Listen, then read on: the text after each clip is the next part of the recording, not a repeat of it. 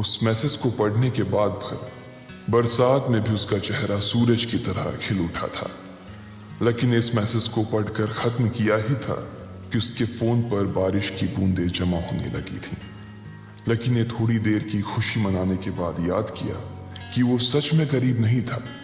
असल में उसके परिवार ने उसे एक परीक्षा में डाल रखा था जिसका नाम था गरीबी अभ्यास परीक्षा। इस परीक्षा के तहत लकी को अग्रवाल खानदान में उसके नाम की जमीन और जायदाद पर तभी हक मिलने वाला था जब वो इस परीक्षा को पास कर लेता। अचानक से उसे याद आया कि वो गरीब नहीं था बल्कि गरीब होने की परीक्षा दे रहा था। हालांकि परीक्षा देते देते उसे 8 बरस हो चुके थे, इसलिए उसे एहसास होने लगा था कि वो कभी परीक्षा को पास ही नहीं कर पाएगा और हमेशा हमेशा के लिए गरीब ही रह जाएगा। अच्छा हुआ चली गई, अब मिलना कभी। लकी ने होटल की तीसरी मंजिल की ओर देखा और पानी के अंदर ही अपना पैर पटक दिया। वो डिंपल को कोस रहा था। उसने अपनी मोटरसाइकिल उठाई और फिर से चमन मेडिकल स्टोर जाने के लिए मुड़ने लगा। अगले दिन जब लकी की आंख खुली तो वो सीधा उठा और तैयार होकर शहर के सबसे बड़े बैंक न्यू सिटी बैंक पहुंच गया। न्यू सिटी बैंक न सिर्फ शहर का सबसे बड़ा बैंक था बल्कि वो सबसे अमीर बैंक भी था। वहां पर शहर के सबसे अमीर लोगों के ही पैसे जमा किए जाते थे। लकी वहां पैसे को निकलवाने के लिए जा रहा था। New city bank south Delhi में बसा हुआ था और उसके दरवाजे के बाहर महंगी से महंगी गाड़ी खड़ी थी। भाई, अब इसमें से कौन सी नई गाड़ी लेगा, लकी ने मन ही मन सोचा। उसे यकीन नहीं हो रहा था कि कल तक तो वो एक मोटरसाइकिल तक नहीं खरीद पा रहा था और आज वो एक कार, और वो भी इतनी महंगी कार खरीदने की सोच रहा था। फिर उसने अपनी नजर गाड़ी पर से हटाई और बैंक के अंदर जाने लगा। उसने देखा कि बाहर बहुत भीड़ थी और महंगे से महंगे कपड़े पहने लोग बैंक के अंदर जा रहे थे। कहाँ दवाओं की बदबू और कहाँ ये खुशबू। उसने एक बहुत ही गहरी सांस के अंदर ज्यादा से ज्यादा खुशबू को समेटने की कोशिश करते हुए अपने मन में सोचा, लेकिन अगले ही पल उसके मन में संकोच पैदा हो गया था। रातों रात लकी की किस्मत तो बदल गई थी लेकिन उसके कपड़े नहीं बदल पाए थे। इतने बड़े बैंक में वो वही कपड़े पहनकर आ गया था जो वो अक्सर अपने काम पर पहनकर जाता था। पैसे लेते ही ना सबसे पहले नए कपड़े खरीदने, लकी ने अपने आप से कहा और फिर बैंक के अंदर दाखिल होने लगा। जैसे ही उसने दरवाजे को धक्का दिया उसे आवाज आई, आउच! लकी थोड़ा सा हड़बड़ी में दिखाई दे रहा था और इस जल्दबाजी के चक्कर में वो एक लंबे बाल वाली लड़की से जा टकराया था जो कि उसके बगल में ही चल रही थी। माफ करना, मैं आपको देख नहीं पाया, सॉरी। लकी ने तुरंत उससे हाथ जोड़कर माफी मांगते हुए कहा। उस लड़की ने इतने अच्छे कपड़े पहन रखे थे कि उसे देखकर ही लग रहा था कि वो किसी अमीर घराने की लड़की थी, इसलिए सॉरी बोलते वक्त ना चाहते हुए भी लकी के हाथ उसके सामने जुड़ गए थे। लेकिन जब उस लड़की ने लकी के कपड़े और उसके हुलिये को देखा तो उसने अपनी नाक भौं सिकोड़ ली। वो लगभग हर रोज इस बैंक में आया और जाया करती थी, लेकिन उसने आज तक इस बैंक के अंदर लकी जैसे फटीचर आदमी को घुसते हुए नहीं देखा था। उसके बालों में से आंवले के तेल की गंध आ रही थी। उसने गुस्से भरी नजरों से लकी की ओर देखा और बोली, क्यों नहीं देख पाए? मैं क्या ट्रांसपेरेंट हूं? तुम्हें इतनी बड़ी लड़की दिखाई नहीं देती? इससे पहले कि बात आगे बढ़ती, उस लड़की ने देखा कि इस बैंक की मैनेजर यास्मीन पटेल उन दोनों की ओर बढ़ी चली आ रही है। उसने भी लकी को देखकर वैसी ही शक्ल बनाई थी जैसी शक्ल उस लंबी लड़की ने बनाई थी। I am so sorry miss, आपको कहीं लगी तो नहीं? यास्मीन ने उस लड़की से पूछा और फिर घिन्न भरी नजरों से लकी की ओर देखने लगी। लकी तमतमाती आंखों से उन दोनों को देखा जा रहा था। वो जानता था कि उसने इतनी जोर से भी दरवाजा नहीं खोला कि उसे चोट लग जाए, लेकिन असल में उसे यह मालूम नहीं था कि वो लोग उसे नहीं बल्कि उसके कपड़े को देख रहे थे। यास्मीन ने लकी को ऊपर से नीचे तक देखा और ना जाने उसके मन में क्यों शक पैदा हो गया। क्या आप मुझे बता सकते हैं कि आप यहाँ पर किस काम से आए हैं? यास्मीन ने बड़ी मुश्किल से अपने चेहरे पर एक मुस्कान लाते हुए कहा। वो उसका हुलिया देखकर ही समझ गई थी कि वो यहाँ का कस्टमर तो नहीं था। लकी ने अपने आप को संभाला और कहा, हाँ वो मैं अपना पैसा निकलवाने के लिए आया था। पैसे निकलवाने के लिए आए हो? यास्मीन ने लकी की बात को ही दोहराते हुए कहा। वैसे तो वो लकी की बात पर जोर से हंसना चाहती थी, लेकिन उसने अपने आप को थोड़ा सा काबू में कर लिया था। लकी की बात सुनकर उसे लग रहा था कि वो कोई पागल था जो यहाँ जबरदस्ती घुसा चला आ रहा था। हाँ तो क्या आपके पास कार्ड है? यास्मीन ने उससे आगे पूछा। न्यू सिटी बैंक का कार्ड हासिल करना एक बहुत ही मुश्किल भरा काम था। अगर किसी को भी उस बैंक का कार्ड लेना था तो सबसे पहले उस आदमी को अपने खाते में कम से कम 5 लाख रुपए जमा करवा कर रखने पड़ते थे, तब जाकर उसे कहीं कार्ड मिलता था। लेकिन लकी तो पहली बार ही यहां आ रहा था, इसलिए उसके पास कार्ड होने की कोई संभावना ही नहीं थी। लकी जब यास्मीन के सवाल का जवाब नहीं दे पाया तो यास्मीन ने फिर उससे पूछा, मैं पूछ रही हूं कि आपके पास कार्ड है? वो समझ गई थी कि लकी पागल ही था जो कहीं से भागकर सीधा उनके बैंक में आ गया था। कार्ड नहीं मेरे पास। लकी ने उसके सवाल का जवाब दिया और वो फिर इधर उधर देखने लगा। जैसे ही उस लंबे बालों वाली लड़की ने लकी का जवाब सुना तो वो खिलखिलाकर हंस पड़ी। यास्मीन को तो सिर्फ लग रहा था कि वो पागल है, लेकिन वो लड़की तो अपने मन में मान चुकी थी कि यह लड़का कोई पागल ही है जो कहीं झोपड़पट्टी से यहां आ गया है। इससे पहले कि आगे कोई कुछ कह पाता, उस लंबे बालों वाली लड़की के पिता वहां आ गए और बोले, चलो बेटी। उनके हाथों में कुछ कागजात थे। लकी ने देखा कि उन्होंने महंगा सा सूट पहन रखा था। उस लड़की ने यास्मीन के दोनों हाथों को पकड़ा और बोली, यास्मीन देखो, अगर इस तरह के सड़क छाप लोग तुम्हारे बैंक में ऐसे ही घुसते चले आए ना और बाकी कस्टमर्स को परेशान करने लगे तो तुम्हारे बैंक की इमेज और उसके शेयर्स दोनों को काफी नुकसान होगा। एक मैनेजर होने के नाते तुम्हें इन सब चीजों का ध्यान रखना चाहिए। मुझे उम्मीद है कि आगे मेरे साथ ऐसा कुछ नहीं होगा। उस लड़की ने कहा और अपने पिता के साथ बैंक के बाहर चली गई। अपना ध्यान रखना कोयल मैडम, मैनेजर ने उसकी गाड़ी तक छोड़ने के लिए आते हुए कहा। आज तो वो बाल बाल बच गई थी। कोयल और उसके पिता इस बैंक के सबसे पुराने और सबसे वफादार कस्टमर्स थे। अगर आज यास्मीन उन्हें नाराज कर देती और वो उसके बैंक से अपना खाता बंद करवा देते तो शायद यास्मीन की नौकरी तक जा सकती थी। और यह सब हो रहा था उस पागल लकी की वजह से। इसे जल्द से जल्द यहां से भगाना पड़ेगा, यास्मीन ने अपने आप से कहा और फिर बैंक के अंदर आने लगी।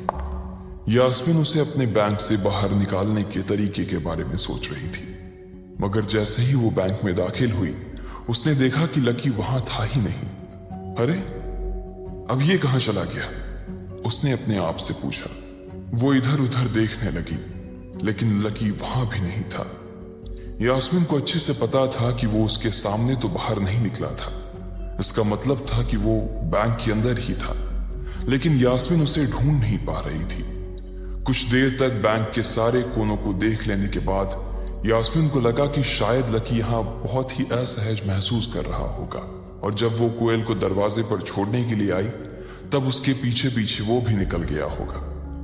चलो जान बची, यास्मीन ने अपने आप से कहा और अपने केबिन में आकर बैठ गई। जैसे ही उसने आज के दिन की पहली फाइल उठाई थी उसे किसी एक की झलक दिखी।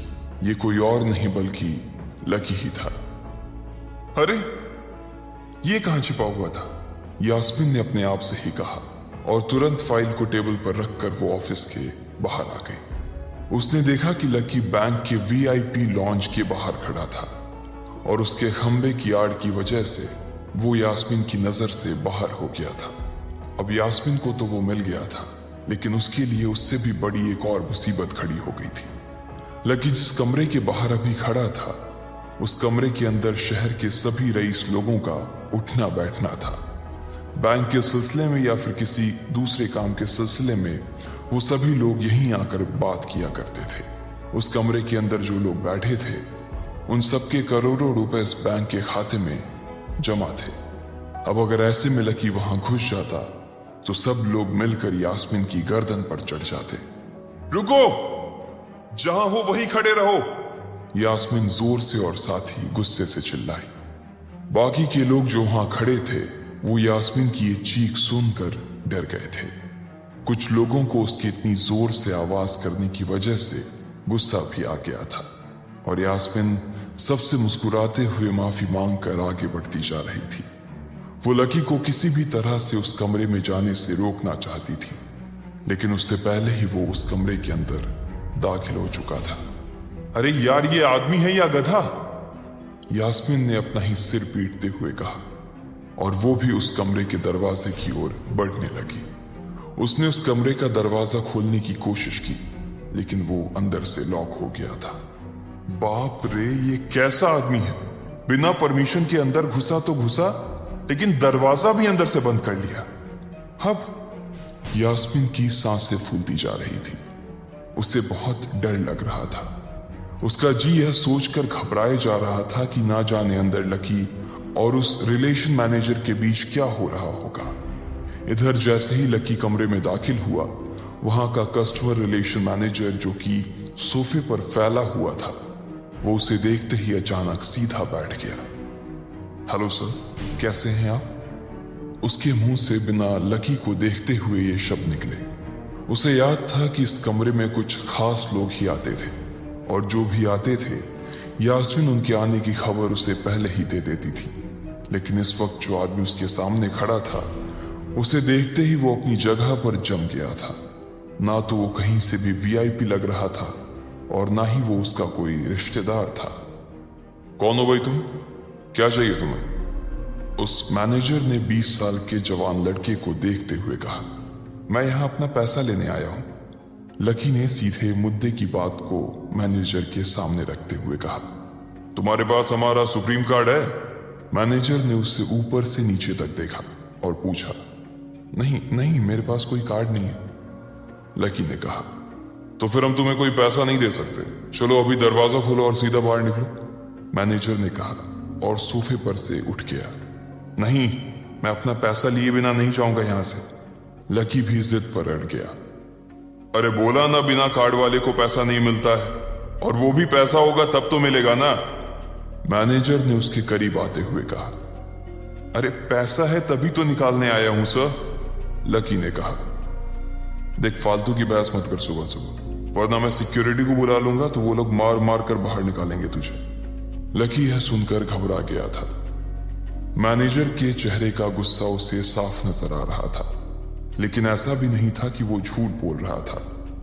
भले ही उसके पास कार्ड नहीं था, लेकिन इसका मतलब ये नहीं था कि वो अग्रवाल खानदान का लड़का नहीं था। जैसे जैसे मैनेजर उसकी ओर बढ़ता चला जा रहा था, लकी का डर भी बढ़ता जा रहा था। मैनेजर को लग रहा था कि वो कोई संकी था और वो उसे धक्का मारकर बाहर निकालने के लिए आगे बढ़ ही रहा था कि अचानक घबराए हुए लकी के दिमाग में एक आइडिया आया। फिंगरप्रिंट! उसने अपना अंगूठा कमरे में मौजूद उस मैनेजर के सामने उठाते हुए कहा। फिंगरप्रिंट? कौन सा फिंगरप्रिंट? मैनेजर ने चौंकते हुए पूछा। अरे अरे, आपने कहा ना कि आपको कार्ड चाहिए, पर मेरे पास कार्ड नहीं है, फिंगरप्रिंट है, और मुझे मालूम है कि आपके यहां फिंगरप्रिंट से भी पैसे निकलते हैं। यह कहते ही लकी ने एक राहत की सांस ली थी, लेकिन मैनेजर को यह समझ नहीं आ रहा था कि आखिर लकी को फिंगरप्रिंट की जानकारी मिली कैसे। तुम फिंगरप्रिंट यूज करना चाहते हो? मैनेजर ने लकी को घूरते हुए पूछा। लकी की शक्ल और उसका हुलिया मैनेजर के लिए उसकी बातों से मेल नहीं खा रहा था। हाँ, मैं फिंगरप्रिंट यूज करना चाहता हूं सर, लकी ने सीना चौड़ा करते हुए कहा। उसे इस तरह देख तो मैनेजर और भी कंफ्यूज हो गया था। मैनेजर ने सोचा कि उसे एक चांस देना चाहिए, इसलिए उसने लकी को फिंगरप्रिंट इस्तेमाल करने की इजाजत दे दी थी। वो अपनी टेबल के पास गया और उसके दराज में फिंगरप्रिंट वाली मशीन ढूंढने लगा।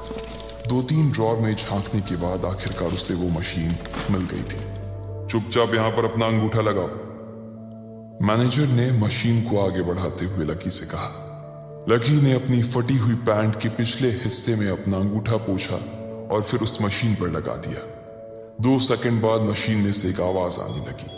उसके अंदर एक लाल बत्ती चल रही थी और वो जोर जोर से बीप कर रही थी। देखा, तुम्हारा फिंगरप्रिंट मैच नहीं कर रहा है। मैंने पहले ही बोला था कि कोई खाता नहीं है इस बैंक में तुम्हारा। मैनेजर ने लकी को ऐसे देखा जैसे वो कोई बड़ा अपराधी था। मैनेजर उसकी पैंट की ओर देखने लगा। उसे लग रहा था कि लकी ने अपनी जेब में कोई हथियार छुपा रखा था और वो मैनेजर को बेवकूफ बना रहा था। इससे पहले कि लकी अपनी जेब से कोई बंदूक या बम निकालता, मैनेजर ने अपना फोन निकाला और पुलिस का नंबर लगाने लगा। लकी ने उसकी स्क्रीन पर देख लिया था कि वो 100 नंबर पर फोन लगा रहा था। लकी बुरी तरह से घबरा गया था। वो बहुत ही उत्साह और जोश में अंदर तक तो चला गया था, लेकिन उसे मालूम नहीं था कि वो इतनी बड़ी मुसीबत में फंसने वाला है। अब आगे क्या होने वाला था? क्या लकी उसे पुलिस को बुलाने से रोक पाता? कहीं उसे कोई फेक मैसेज तो नहीं आया था? लकी कैसे इन मुसीबत से बाहर निकलेगा? इन सब सवालों के जवाब अगर आप जानते हैं तो प्लीज कमेंट बॉक्स में कमेंट करके हमें भी बताएं, और आगे की कहानी जानने के लिए हमारे साथ सुनते रहें लखपति, सिर्फ पॉकेट एफएम पर।